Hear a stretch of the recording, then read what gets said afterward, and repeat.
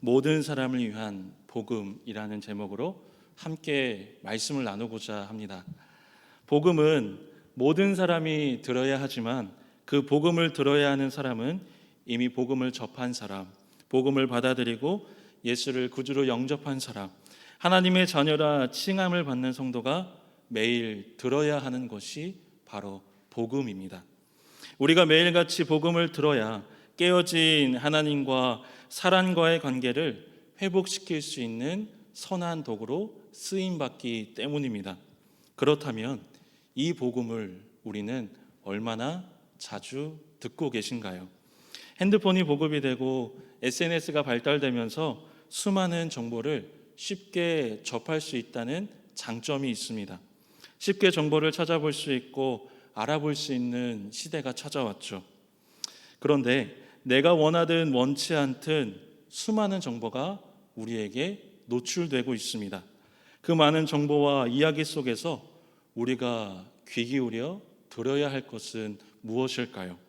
바울은 전도 여행을 통해 끊임없이 하나님의 나라와 예수가 누구신지 전했습니다. 예루살렘과 온 유대와 사마리아와 땅끝까지 이르러 증인으로 살아갔던 바울의 마지막 종착지는 로마였습니다. 로마로 가고자 했던 것이 바울의 꿈이었고 하나님의 뜻이었습니다.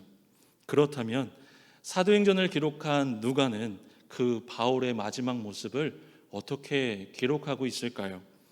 다메섹에서 만난 예수님이 그리스도인을 핍박하던 사도 바울의 인생을 180도로 변하게 하였습니다. 핍박자에서 전도자가 된 바울의 앞길은 가시밭길이었습니다. 복음을 전하며 매도 맞고 감옥에도 갇히고 죽음과도 같은 고난의 연속이었습니다. 죽을 고비를 넘겼던 사도 바울은 고린도후서 1장 8절에서 9절에 이렇게 고백을 합니다. 형제들아, 우리가 아시아에서 당한 환난을 너희가 모르기를 원하지 아니하노니 힘에 겹도록 심한 고난을 당하여 살 소망까지 끊어지고 우리는 우리 자신이 사형 선고를 받은 줄 알았으니 이는 우리로 자기를 의지하지 말고 오직 죽은 자를 다시 살리시는 하나님만을 의지하게 하심이라. 살 소망까지 끊어진 상황이었지만 바울은 예수님께 받은 사명을 끝까지 전할 수 있었습니다. 그는 그 일을 어떻게 할 수 있었을까요? 순탄치 않은 바울의 여정이었지만 하나님은 그에게 찾아오십니다. 그리고 그의 곁에 서서 말씀하여 주시죠. 그날 밤에 주께서 바울 곁에 서서 이르시되 담대하라. 내가 예루살렘에서 나의 일을 증언한 것 같이 로마에서도 증언하여라 하리라 하시니라. 결국 바울은 유대인들에게 고발을 당합니다. 이 일로 바울은 3명의 총독에게 신문을 받았고 상소하여 꿈에 그리던 로마로 향합니다. 하지만 그 역시 순탄치 않았습니다. 유라굴로라는 광풍을 만나게 되었고 바다에서 죽음의 경계를 넘나드는 고초를 겪게 됩니다. 그때도 여전히 하나님은 바울에게 찾아오셔서 말씀하십니다. 바울아, 두려워하지 말라. 내가 가이사 앞에 서야 하겠고 또 하나님께서 너와 함께 항해하는 자를 다 내게 주셨다 하였으니. 이처럼 바울이 거침없이 담대하게 예수 그리스도의 복음을 증언하는 일에 자기의 목숨을 아끼지 않고 달려갈 수 있었던 이유는 단 한 가지입니다. 예수 그리스도의 복음. 그 복음을 매일같이 들었고 주님과의 친밀한 사귐과 관계가 있었기 때문입니다. 이것이 우리가 매일 같이 들어야 할 복음을 들어야 할 이유입니다. 인생의 어려움과 고난, 그리고 도무지 해결될 것 같지 않은 인생의 풍랑 앞에 우리가 마주한다면 우리는 그 앞에 어떤 모습으로 서 계실까요? 하나님은 우리와 항상 함께 하시며 말씀하십니다. 담대하라, 두려워하지 말라, 내가 너와 함께 하겠다. 이처럼 하나님은 바울의 위기 가운데 언제나 위로하여 주셨고 하나님의 뜻을 이룰 수 있는 선한 도구로서 그를 이끄셨습니다. 하나님의 위로와 생명의 말씀이 바울에게 임한 것처럼 우리의 인생 가운데 하나님의 말씀이 생생하게 들려지는 은혜가 우리 모두에게 있기를 소망합니다. 드디어 로마에 도착한 바울은 하나님이 원하시는 대로 로마에 도착했으니 하나님이 원하시는 일이 펼쳐질 거라는 기대감과 기쁨에 품고 있었습니다. 그런데 환영받는 설교자가 아닌 팔에는 쇠사슬이 묶인 채 자유가 박탈된 채로 로마에 당도합니다. 용기와 희망이 사라진 일들 앞에 바울의 의지도 꺾였을까요? 죄수로 간 로마였지만 그곳에 있던 형제들을 바울은 만납니다. 그들을 보고 바울은 하나님께 감사하며 용기를 얻었습니다. 하나님이 보여주신 일들로 이 바울은 좌절하지 않았습니다. 상황을 바라보지 않았습니다. 쇠사슬에 매인 바 되었지만 그는 이스라엘에 대한 소망을 품었습니다. 바울의 인생의 목적이자 소망은 오직 영원한 생명과 구원을 주신 예수 그리스도 한 분뿐이십니다. 그 소망 때문에 바울은 쇠사슬에 매인 것을 개의치 않았습니다. 사도행전 28장 20절은 이렇게 기록합니다. 이러므로 너희를 보고 함께 이야기하려고 청하였으니 이스라엘의 소망으로 말미암아 내가 이 쇠사슬에 매인 바 되었노라. 소망의 힘은 소망하는 사람을 소망의 대상에 매어두는 데 있습니다. 바울은 예수를 소망에 둔 사람입니다. 그래서 그는 죄수라는 신분에 매여 있지 않았습니다. 그리스도로 인해서 자신이 하나님께 받은 사명에 집중할 수 있었습니다. 신분과 환경은 바울에게 걸림돌이 되지 않았습니다. 하나님께서 우리를 바울과 같이 그리스도인으로 부르셨습니다. 직장인으로, 사업가로, 학생으로서, 교사로서 우리를 부르셨습니다. 그러므로 복음을 전하는 자로서, 복음의 메인 자로서 우리 앞에 놓인 환경과 신분은 우리를 묶어두지 못합니다. 그렇다면 복음의 메인 자로, 예수를 소망에 품은 자로 살아갈 때 우리에게 찾아온 놀라운 변화는 무엇일까요? 오늘 본문 23절을 함께 읽도록 하겠습니다. 23절입니다. 시작.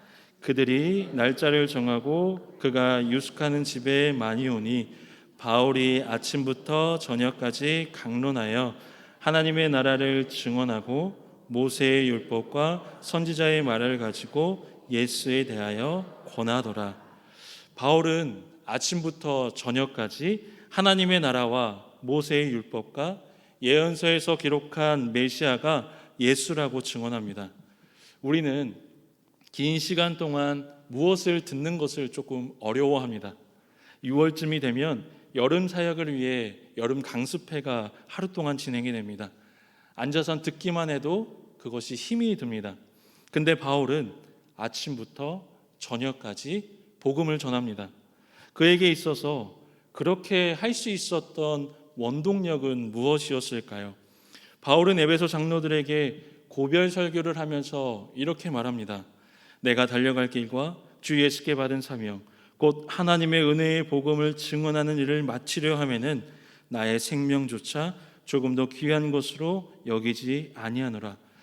생명을 포기할 만큼 그에게 있어서 복음을 증언하는 것은 멈출 수 없었습니다. 여러분, 복음을 아는 자의 반응은 전하는 것이라고 합니다. 그러면 우리는 그 복음을 얼마만큼 증언하고 계신가요? 복음을 전하는 것은 누구나 당연히 해야 할 일로 생각을 합니다. 그러나 그 생각이 행동으로 옮겨지는 것이 어렵습니다. 생각과 행동을 연결시키기 위해서 우리가 해야 할 것은 매일같이 복음을 들어야 합니다. 그리고 주님과의 친밀한 사귐이 깊어질 때 하나님은 때에 따라 우리에게 복음을 전하게 하시고 말할 것도 생각하게 하시고 지혜도 주셔서 하나님의 나라의 복음을 거침없이 담대하게 전하게 될 것입니다. 그리하여 우리 모든 성도분들의 삶 속에서 복음의 증인으로 살아가는 은혜가 있기를 주의 이름으로 축원드립니다. 이제 복음의 증인으로 살아가는 우리에게는 어떤 일들이 펼쳐질까요? 우리를 통해 많은 자가 예수를 구원자로 삼는 자들이 넘쳐나게 될까요? 바울은 그렇게 아침부터 저녁까지 전했는데 그 결과가 어땠을까요? 오늘 본문 24절은 이렇게 말합니다. 그 말을 믿는 사람도 있고 믿지 아니하는 사람도 있어. 우리가 알고 있는 바울은 위대한 사도이면서 뛰어난 변증가입니다. 하지만 그 자리에 있던 사람들이 모두 바울이 전하는 예수를 믿고 영접한 것은 아니었습니다. 동일한 공간에서 동일한 바울에게 동일한 복음을 전하는데도 왜 복음을 믿는 사람들도 있고 믿지 아니하는 사람도 있을까요?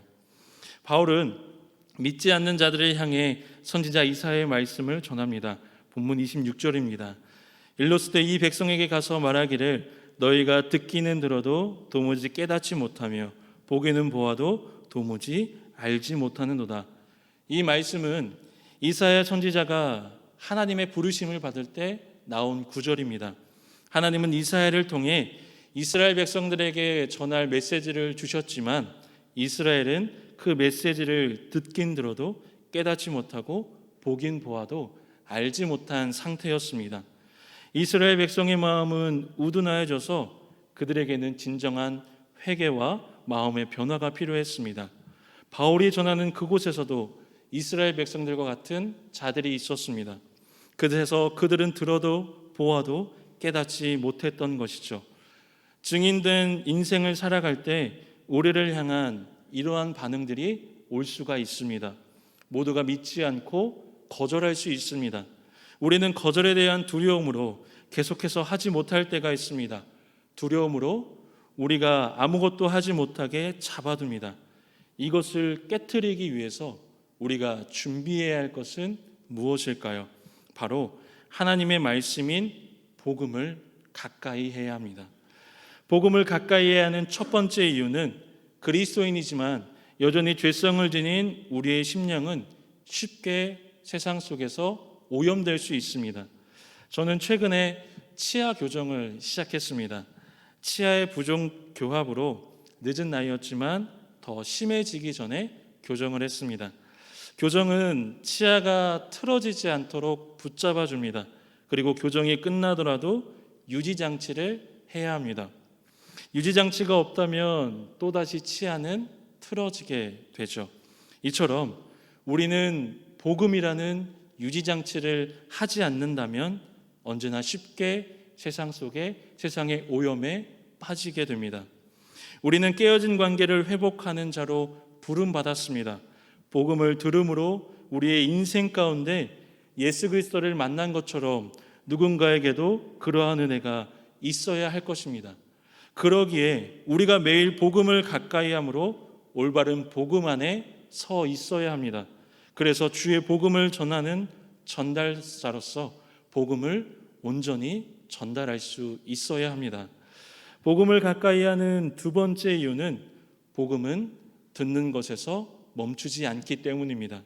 바울은 그러므로 믿음은 들음에서 나며 들음은 그리스도의 말씀으로 말미암았느니라고 증언했습니다.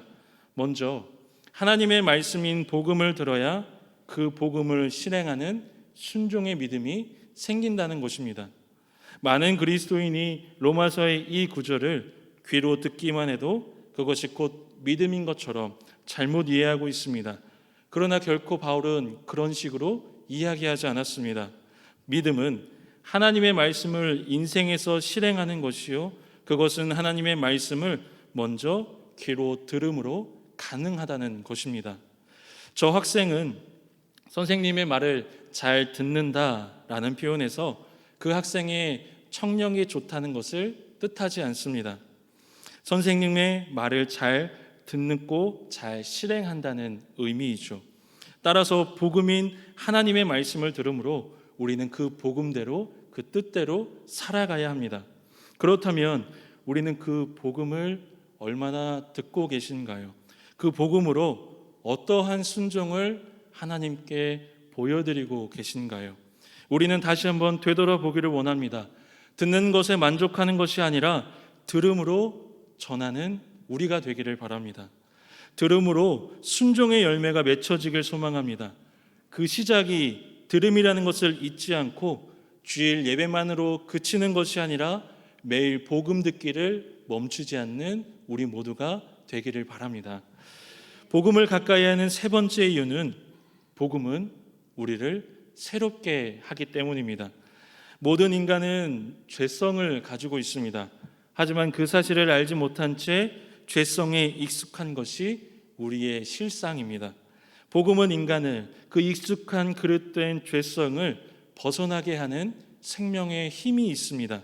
그러나 죄성에 익숙함에 그것을 안주하려 한다면 복음을 멀리하게 되고 더 이상 복음을 전하는 것이 부담스럽고 포기하게 됩니다. 그래서 늘 제자리에 서 있게 되죠. 복음을 전하는 것을 당연하게 해야 한다고 생각하지만 내 가족, 나의 자녀, 그리고 이웃에게 전해야 한다는 생각이 멈춰 있게 됩니다. 이런 우리에게 필요한 것은 바로 담대함입니다. 바울은 모든 것을 담대하게 거침없이 가르쳤습니다. 그렇게 할 수 있었던 것은 바울에게 담대한 믿음의 용기가 있었기 때문입니다.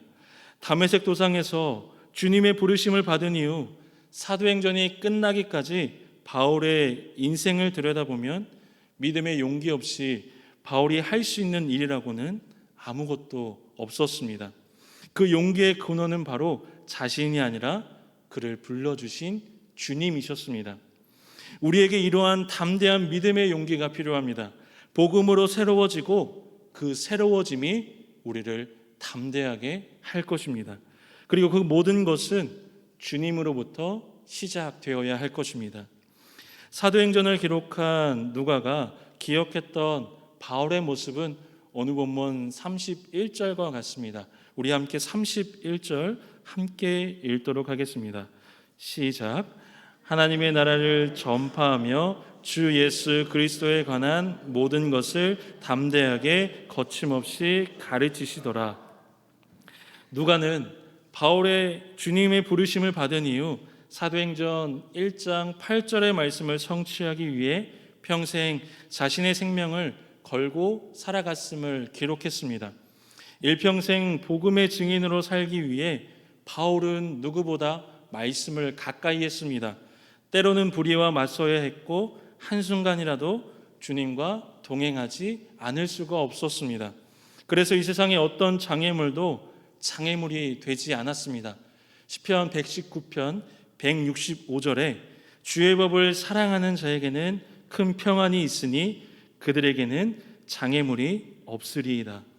복음을 쫓아 살아간 자들에게는 장애물이 없는 것이 아니라 오히려 그 장애물이 홍해를 가르시고 반성에서 큰 물을 터뜨리시며 하늘에서 만나를 비처럼 내리시는 하나님의 능력과 일하심을 우리의 인생에 확인할 수 있는 은혜를 경험케 될 것입니다. 우리는 사도행전의 마지막 구절인 오늘의 본문을 통해 사도행전이 끝나기까지 이 땅에서 자신의 생명이 다하기까지 한 사람이라도 더 많은 사람에게 복음을 전하기 위해 전력을 다하는 바울의 모습을 생생하게 확인할 수 있습니다. 누가가 사도 바울의 일생을 기록한 것처럼 누군가 우리의 일생을 기록한다면 우리의 마지막은 어떻게 기록되길 원하시나요? 우리의 일생이 하나님의 나라를 전파하며 주 예수 그리스도의 모든 것을 담대하게 거침없이 가르쳤다고 기록되기를 바랍니다. 그것을 가능케 하는 것이 우리의 주님이십니다. 우리 안에 주님이 주시는 담대한 믿음이 있길 소망합니다. 믿음의 걸음은 매일 같은 복음으로 자신의 인생을 변화시켜 나갔던 바울을 떠올리게 합니다. 바울은 주님의 음성을 잊지 않았습니다. 담대하라, 그리고 두려워하지 말라. 주님의 생생한 음성이 우리의 인생 가운데 매일같이 들려주기를 원합니다. 그리하여 세상이 감당할 수 없는 복음의 사람으로 나를 새롭게 변화하며 거침없이 이루어 가실 복음의 역사가 우리 가운데 들려지고 모든 이에게도 들려줄 수 있는 놀라운 하나님의 은혜가 우리 모두에게 충만하여지기를 소망합니다.